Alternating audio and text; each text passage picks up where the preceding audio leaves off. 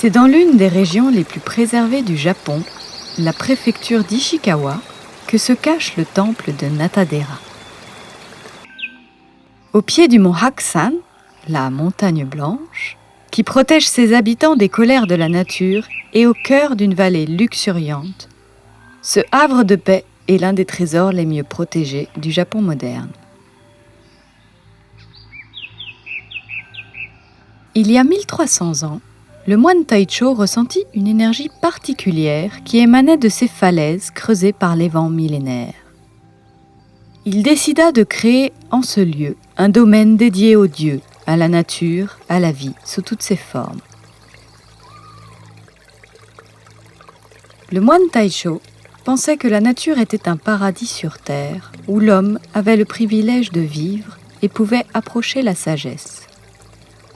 Il était persuadé qu'il ne devait pas y avoir de séparation entre l'homme, la nature, les animaux et les plantes. L'unité et l'harmonie devaient pouvoir régner en ce lieu pour l'éternité. Au détour des sentiers qui parcourent la forêt, des escaliers creusés dans la roche volcanique, on découvre des autels cachés, des stèles ayant survécu aux siècles d'histoire guerrière, des rochers et des arbres aux formes étranges, des lacs miroitants où les carpes froissent le reflet des cerisiers en fleurs. On traverse des ponts de pierre et des portails sacrés, évoluant lentement dans cette brillante nature, riche de couleurs qui vibrent à chaque changement de saison. Mais ce qui rend cet ancien monastère si particulier, c'est qu'au milieu de cette nature débordante sont réunis sanctuaires shinto et temples bouddhistes.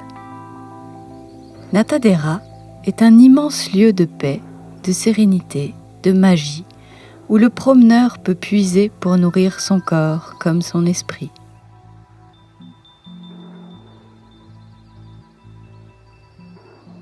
En plus des nombreux sentiers qui permettent de découvrir les sanctuaires et les temples, le visiteur peut accéder à l'intérieur du temple principal où loge la déesse Kannon aux 1000 mains et découvrir une galerie d'œuvres d'art et d'artisanat anciens. Natadera est en fait l'un des secrets les mieux gardés du Japon. Encore méconnu grâce à son éloignement des grands centres touristiques, c'est l'un des derniers vestiges authentiques de cette culture ancestrale que l'on rêve de pouvoir approcher en découvrant le Japon.